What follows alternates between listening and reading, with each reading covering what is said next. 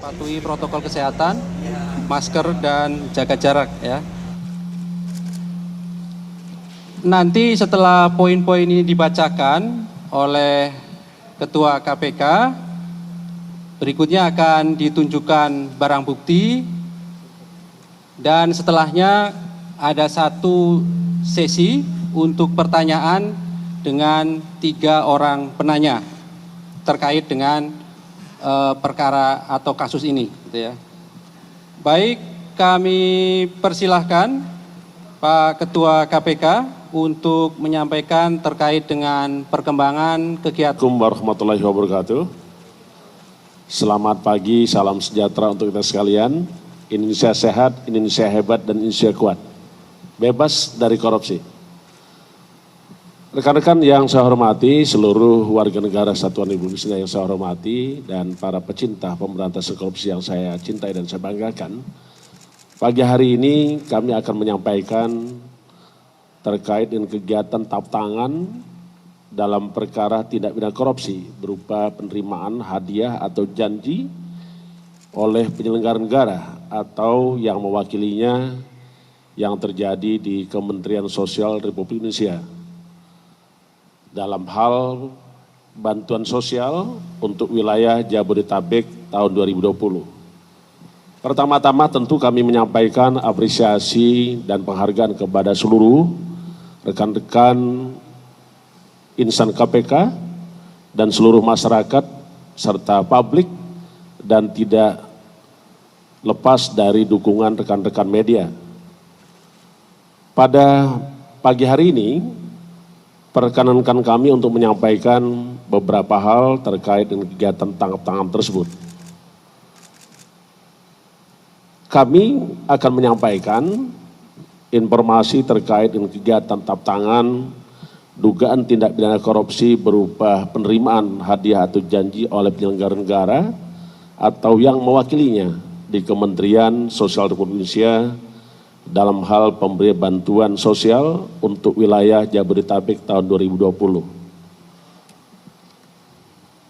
KPK sejak awal terjadinya pandemi COVID-19 telah melakukan berbagai upaya untuk melakukan pemberantasan korupsi dan upaya-upaya pencegahan terjadinya korupsi di dalam rangka penanganan COVID-19 dan tentu juga dalam rangka pemulihan ekonomi nasional.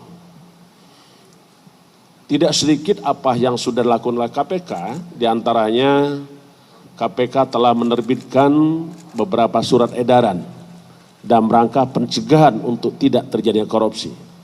Yang pertama adalah surat edaran KPK nomor 8 tahun 2020, tanggal 2 April 2020, tentang penggunaan anggaran dalam rangka pelaksanaan pengadaan barang jasa dalam rangka percepatan penanganan COVID-19, khususnya pengadaan barang dan jasa termasuk juga bantuan sosial. Yang kedua, KPK sudah juga mengeluarkan surat edaran nomor 11 tahun 2020, tanggal 21 April 2020, tentang penggunaan anggaran pelaksanaan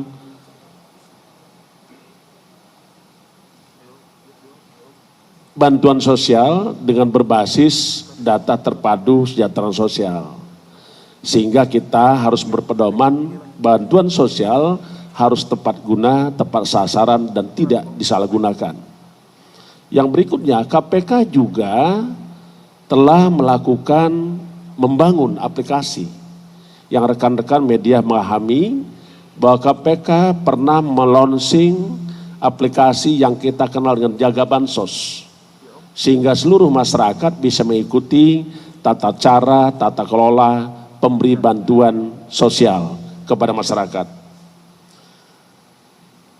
Bahkan secara langsung KPK melalui keputihan pencegahan juga terlibat langsung untuk bersama-sama dengan gugus tugas penanganan COVID-19 untuk melakukan pencegahan terjadi korupsi, baik itu di tingkat pemerintahan pusat maupun di daerah. Hal ini dimaksudkan supaya tata kelola keuangan dan anggaran dilaksanakan secara transparan dan akuntabel, KPK melalui kajiannya telah memberikan beberapa rekomendasi perbaikan maupun pembenahan yang meliputi aspek kelembagaan, regulasi, tata laksana dari sejumlah program dan kebijakan pemerintah dalam upaya percepatan penanganan pandemi COVID-19 dan pemulihan ekonomi nasional. Itu yang sudah dilakukan oleh KPK. Selanjutnya, sebagaimana konsep pemberantasan korupsi, KPK tetap berkomitmen untuk melakukan pemberantasan korupsi. Dan sampai hari ini, sampai akan datang, tidak pernah bergeser. Jadi kita melakukan penindakan yang tegas, melakukan pencegahan supaya tidak terjadi korupsi, dan melakukan pendidikan masyarakat supaya orang tidak mau korupsi. Jadi tidak ada yang bergeser. Kita akan tetap melakukan pemberantasan korupsi secara tegas, proporsional, dan tentu tetap menjunjung tinggi hak asasi manusia. Selanjutnya, saya ingin menjelaskan terkait dengan kegiatan tantangan yang baru saja kita lakukan pada tanggal 5 Desember yang lalu, kurang lebih sekitar jam 02.00 yang kita lakukan di berbagai tempat termasuk di Jakarta. Ada 6 orang yang kita amankan di dalam rangka tangkap tangan. Pertama adalah MJS. MJS adalah pejabat pembuat komitmen di Kementerian Sosial. Yang kedua WG. WG adalah salah satu direktur PT TPAU. Yang ketiga adalah AIM, swasta. HS adalah swasta. SN adalah sekretaris daripada di Kementerian Sosial. SJY swasta. Adapun kronologis tangkap tangan yang dilakukan pada tanggal 4 Desember 2020, tim KPK menerima informasi dari masyarakat akan adanya dugaan terjadinya penerimaan sejumlah uang oleh penyelenggara negara yang diberikan oleh AIM dan HS kepada MJS, AW, dan JPB. Sedangkan khusus untuk JPB, pemberian uangnya melalui MJS dan SN. Penyerahan uang dilakukan pada hari Sabtu tanggal 5 Desember 2020 sekitar jam 02.00 di salah satu tempat di Jakarta.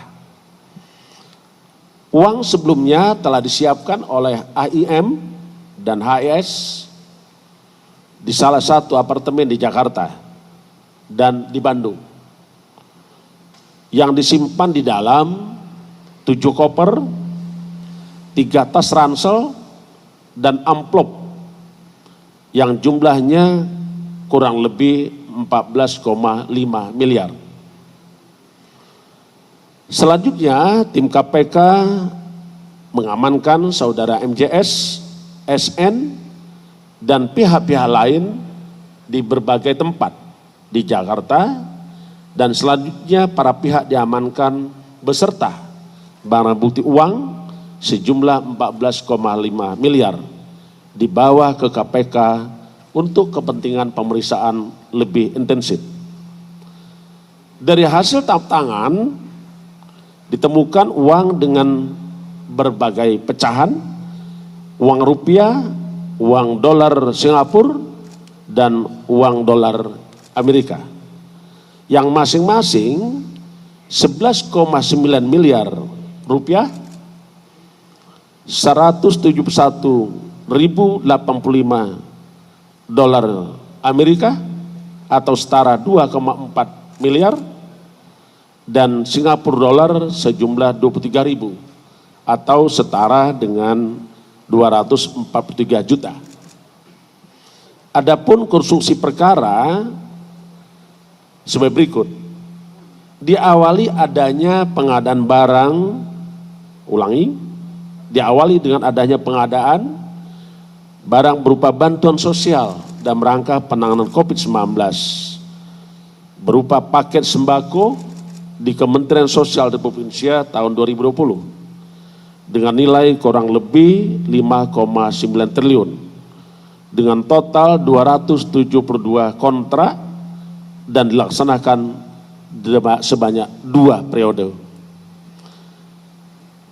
Saudara JPB selaku Menteri Sosial menunjuk MJS dan AW sebagai PPK dalam pelaksanaan proyek tersebut dengan cara penunjukan langsung para rekanan dan diduga disepakati ditetapkan adanya fee dari tiap-tiap paket pekerjaan yang harus disetorkan pada para rekanan kepada Kementerian Sosial melalui MJS. Untuk fee tiap paket bansos disepakati oleh MJS dan AW sebesar Rp10.000 per paket sembako dari nilai Rp300.000 per paket bantuan sosial. Selanjutnya, MJS dan AW pada bulan Mei sampai dengan November 2020 dibuatkan kontrak pekerjaan dengan beberapa supplier sebagai rekanan, diantaranya AIM, HS, dan juga PT RPI yang diduga milik MJS. Penunjukan PT RPI sebagai salah satu rekanan tersebut diduga diketahui oleh saudara JPB dan diketahui juga dilakukan oleh AW. Pada pelaksanaan paket bansos sembako periode pertama diduga diterima P kurang lebih sebesar 12 miliar yang pembagiannya diberikan secara tunai oleh MJS kepada JPB melalui AW dengan nilai sekitar 8,2 miliar. Pemberian uang tersebut selanjutnya dikelola oleh EK dan SN selaku orang kepercayaan saudara JPB untuk digunakan membayar berbagai kebutuhan pribadi saudara JPB. Untuk periode kedua, pelaksanaan paket bansos sembako terkumpul uang P dari bulan Oktober 2020 sampai dengan Desember 2020 sejumlah 8,8 miliar yang juga diduga dipergunakan untuk keperluan saudara JPB. Berdasarkan hasil pemeriksaan saksi dan bukti yang dikumpulkan oleh KPK, maka KPK menetapkan 5 orang tersangka. Yang pertama sebagai pemberi yaitu, sebagai penerima yaitu saudara JPB. 2, saudara MJS, dan 3 adalah saudara AW. Sementara sebagai pemberi adalah AIM dan HS. Para tersangka berdasarkan Undang-Undang Nomor 19/1999, para tersangka sebagai penerima MJS dan AW disangkakan melanggar pasal 12 huruf A dan pasal 12 huruf B dan pasal 11 dan pasal 12 huruf I Undang-Undang 31/1999 tentang pemberantasan tindak pidana korupsi sebagaimana telah diubah dengan Undang-Undang Nomor 20 Tahun 2001 tentang perubahan atas Undang-Undang 31/99 tentang pemberantasan tindak pidana korupsi. Yonto pasal 55 ayat 1 ke 1 KUHP. JPB disangkakan melanggar pasal 12 huruf A atau pasal 12 huruf B atau pasal 11 Undang-Undang 31/1999 tentang pemberantasan tindak pidana korupsi sebagaimana telah diubah dengan Undang-Undang Nomor 20 Tahun 2020 atas perubahan Undang-Undang 31/1999 tentang pemberantasan tindak pidana korupsi Yonto pasal 55 ayat 1 ke 1 KUHP.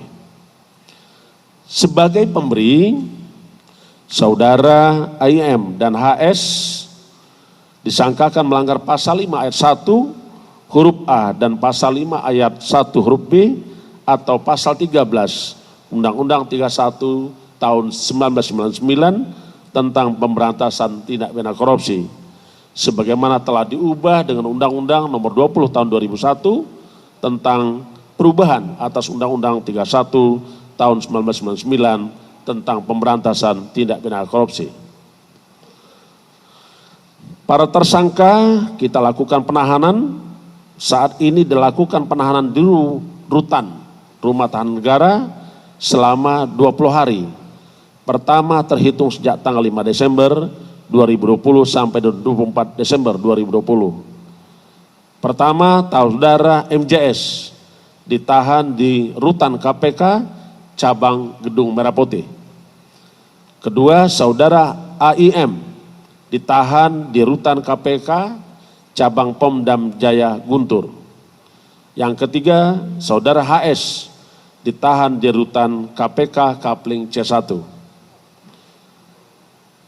KPK terus berusaha sampai detik-detik ini melakukan pencarian terhadap para tersangka yang belum kita berada di KPK. Karenanya KPK memerintahkan kepada kita semua untuk segera kita lakukan pencarian terhadap para tersangka. Dan kami himbau, kami minta kepada para tersangka, saudara JPB dan saudara AW untuk kooperatif dan segera mungkin menyerahkan diri kepada KPK. Karena KPK akan terus mengejar sampai saudara-saudara tersebut tertangkap. Ya pemirsa, KPK menetapkan 5 tersangka dalam OTT terkait adanya dugaan suap dalam bansos corona, di mana memang dari 5 tersangka tersebut 3 diantaranya ini sudah dilakukan penangkapan, yakni MJS, AIM, serta HS. Sementara itu untuk tersangka JPB atau Juliari Peter Batubara selaku Menteri Sosial Republik Indonesia tadi pun juga sudah menyerahkan diri ke gedung KPK pada sekitar pukul 2.50 waktu Indonesia Barat. Artinya hanya tinggal 1 tersangka yang belum menyerahkan diri, yakni AW ataupun Adi Wahyono, di mana hingga saat ini Adi Wahyono pun terus dihimbau oleh pihak KPK untuk menyerahkan diri. Dan memang pemirsa, KPK ini kembali melakukan OTT atau operasi tangkap tangan, di mana kali ini operasi tangkap tangan pun dilakukan terhadap adanya dugaan tindak pidana korupsi berupa penerimaan suap oleh penyelenggara negara terkait bantuan sosial di wilayah Jabodetabek, di mana dalam kasus ini memang KPK pun menetapkan adanya 5 tersangka, yang mana ini terdiri dari 3 pihak penerima dan juga 2 pihak pemberi, yang mana untuk 3 pihak penerima ini adalah JPB, MJS, dan AW. Lalu untuk 2 pihak pemberi ini adalah AIM dan HS. Diketahui bahwa JPB ini merupakan Juliari Peter Batubara yang merupakan Menteri Sosial Republik Indonesia. Dan pemirsa, diketahui dari OTT ini memang KPK pun mengamankan uang sebesar 14,5 miliar rupiah, yang mana ini ditemukan dalam 7 koper, 3 tas ransel, serta amplop kecil. Dan uang ini pun ditemukan dalam berbagai pecahan mata uang, termasuk mata uang rupiah, serta dolar Singapura dan juga dolar Amerika Serikat, di mana jika ditotalkan ini berjumlah sekitar 14,5 miliar rupiah.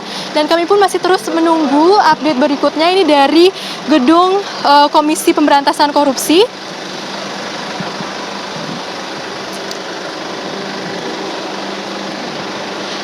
Dan pemirsa, memang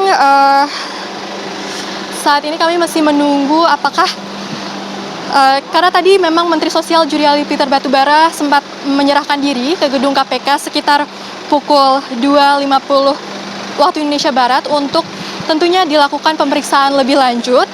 Dan seperti dengan tersangka-tersangka lainnya, tentunya nantinya akan dilakukan penahanan terhadap Menteri Sosial Juliari Batubara. Meski demikian, kami belum mengetahui pasti nantinya di mana Menteri Sosial Juliari Peter Batubara ini akan ditahan, karena memang untuk 3 tersangka lainnya ini ditahan di berbagai rutan yang berbeda. mau disampaikan buat masyarakat Indonesia hari ini? Minimal ada kejelasan dikit. Pemirsa, ini adalah Pak, gimana Pak? statement. Pak, jangan duduk dong, ngapain? Nggak bakalan ngomong mungkin. Pak, gimana Pak? Bener Pak, kemarin ditangkap lagi karaokean ya Pak? Enggak. Jadi ya gimana? Cewek-cewek itu siapa Pak? Saya di rumah. Di rumah siapa? Di rumah cewek itu? Di rumah saya. Oh, di rumah. Kirain Bapak di rumah cewek itu. Oke Pak. Selamat menikmati weekend. Yuk, tutup. Oke. Mantap, saya belakang. Kurang ngerti Mas. Mbak. Kabar.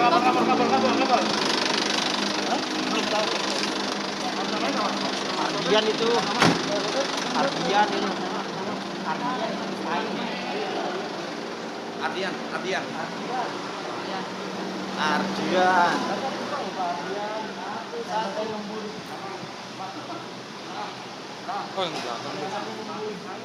Ya pemirsa, tadi memang merupakan salah satu tersangka dalam kasus ini, yang mana ini adalah tersangka berinisial AIM, di mana memang tadi tersangka AIM ini menolak untuk memberikan statement terkait OTT kali ini.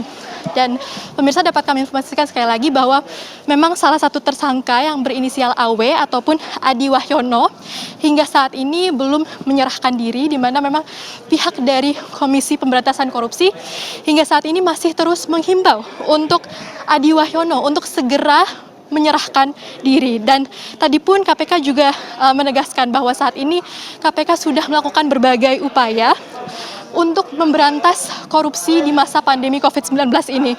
Di mana tadi KPK pun juga sudah mengeluarkan surat edaran tentang penggunaan anggaran yang seharusnya dilakukan dalam percepatan penanganan COVID-19, di mana bantuan sosial ini memang harus dilakukan tepat sasaran dan tidak disalahgunakan.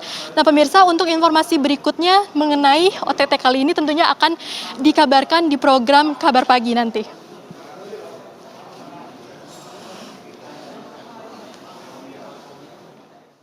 Dulu Pak. Ada yang mau disampaikan dikit Pak? Ya, Pak. Pak, dikit Pak. Pak, 12 miliar buat pribadi ya Pak? Bukan laporan ya? Ya Bang, udah Bang. Udah. Sorry ya Bang. Ya. Maju. Pak, Indonesia. Pak, jualan buat rakyat Indonesia Pak. Sampaikan dulu.